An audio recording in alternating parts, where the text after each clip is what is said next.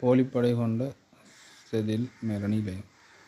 போலிப்படை கொண்ட செதில் மெலனியத்தில் கட்டமைப்பு பார்த்தோம்னு சொன்னால் இது ஒரு அடுக்கு மட்டுமே.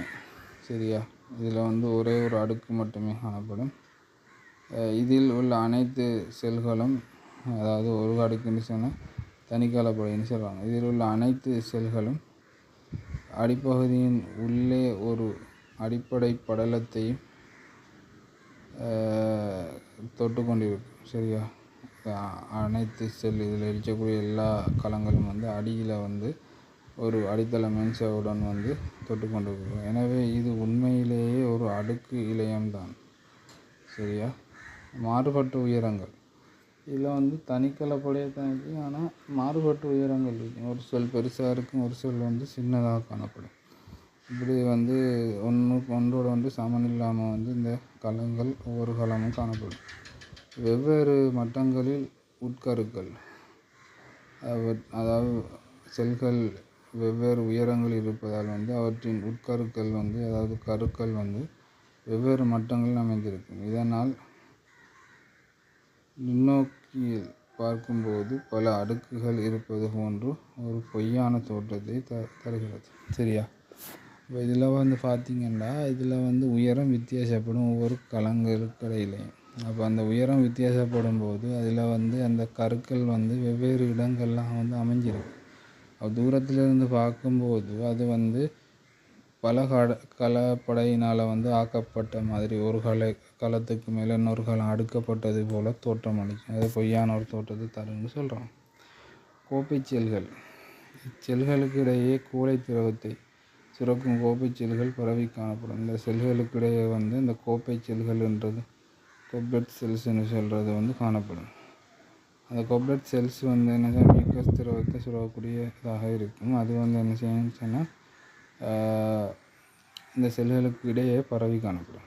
குறுமயிர்கள், சிலியான்னு சொல்கிற அந்த குறுமயிர்கள் பெரும்பான்மையான இடங்களில் இச்செல்கள் மேல் பரப்பில் நுண்மையான குறுமயிர்கள் காணப்படும். சரியா, அந்த குறுமயிர்கள் இதுக்கு மேல் பகுதியில் காணப்படக்கூடியதாக இருக்கும். அதாவது ஒரு அடுக்குகள் வித்தியாசப்படும். எல்லாம் அடித்தள மென்ஸோட கனெக்டாக இருக்கும். ஆனால் உயரங்கள் வித்தியாசப்படுறதுனால கருக்கள் வெவ்வேறு இடங்களில் இடம் மாறி இருக்கும். இதனால் தூரத்திலிருந்து பார்க்கும்போது இந்த செல்கள் அடுக்குகள் போன்றே தோற்றமளிக்கும். அதுதான் போலிப்படைன்னு சொல்கிறாங்க. போலியான ஒரு படை சரியா கொண்ட செதில் மெலனின்னு சொல்கிறாங்க. சரியா, அதாவது இதில் அந்த கொப்லெட் செல்ஸ் அது காணப்படும். அது இதுக்கு இடையில் காணப்படும்.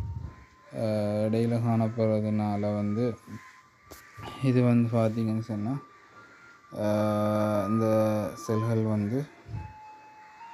கோலை திரவத்தினை மியூக்கஸை சுரக்கக்கூடியதாக இருக்கும். இது பரவி காணப்படும் இடைவெளியில். அடுத்து பார்த்திங்கன்னு சொன்னால் குறுமயிர்கள் காணப்படும். அந்த இது பெரும்பாலான இடங்களில் காணப்படும். பாருங்கள் பெரும்பாலான இடங்களில் இந்த நுண்மயிர்கள்ன்றது காணப்படும். இப்போ அடுத்ததாக நாம் பார்க்க போகிறது அதில் கட்டமைப்பு பார்ப்போம். அதில் கட்டமைப்பு இப்படி தான் இருக்குது. பாருங்கள், அடித்தள மென்சவெல்லாம் இருக்குது. ஆனால் வெவ்வேறு கற்கள் வெவ்வேறு பொசிஷனில் இருக்குது, அமைவிடத்தில் வச்சுருக்காங்க. இங்கே பார்க்க ஒரு படம் மாதிரியான ஒரு அமைப்பில் வச்சு அது இதை தான் போலிப்படை கொண்ட மெலனி என்று சொல்கிறாங்க.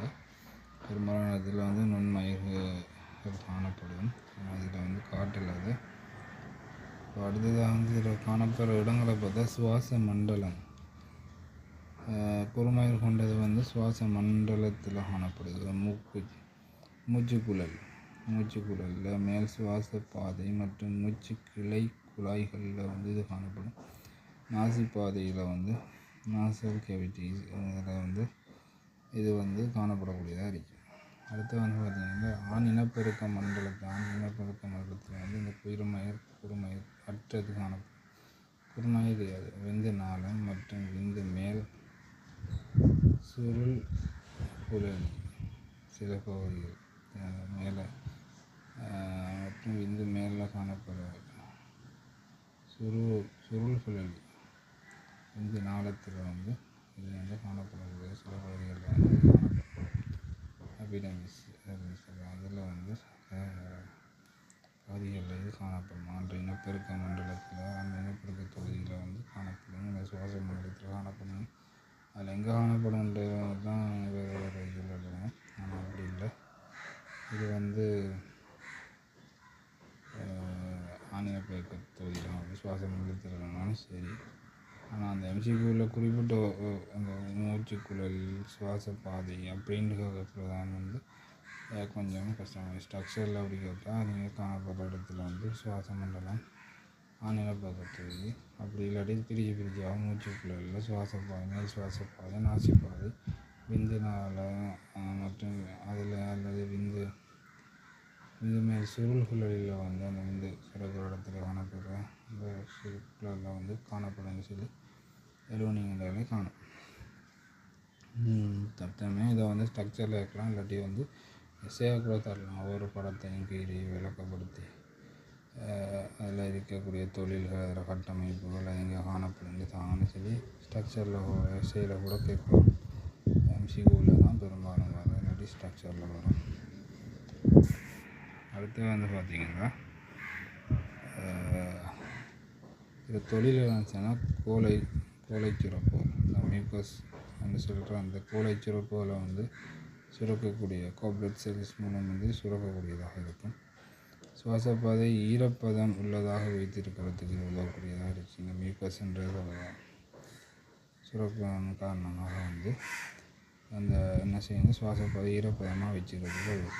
அடுத்த வந்து பார்த்திங்கன்னா தூசி மற்றும் கிருமிகளை வெளியேற்று சுவாச பாதைக்குள் நுழையும் தூசி கிருமிகள் போன்றவற்றை உறைந்த கோலையோடு சேர்த்து குறுமயிர்கள் அசைவு மூலம் தொண்டையை நோக்கி தள்ளி வெளியேற்ற உதவுகிறது. சரியா, இதுவும் வந்து இந்த குறுமயிர்கள் உதவியோடு அந்த கோலை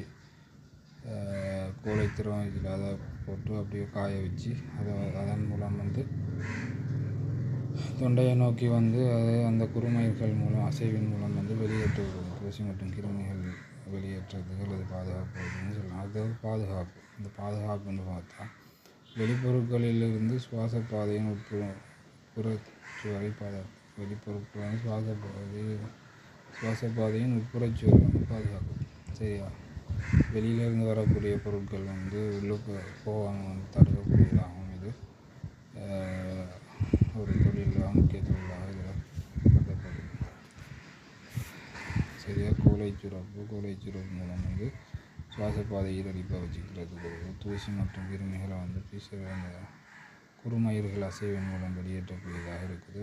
அடுத்து வந்து பார்த்திங்கன்னா சுவாசப்பாதைக்குள் நுழையும் தூசி கிருமிகள் போன்றவற்றை வந்து உடைய வைத்து அதை வந்து அந்த குறுமயிர்களின் உதவியுடன் வெளியேற்றக்கூடியது. பாதுகாப்பு உட்புறச்சுவரை வந்து சுவாசப்பாதை உட்புறச்சுவரை பாதுகாப்பு வெளிப்பொருட்கள் இருக்குது. இதெல்லாம் வந்து தொழிலாக கருதப்படுது.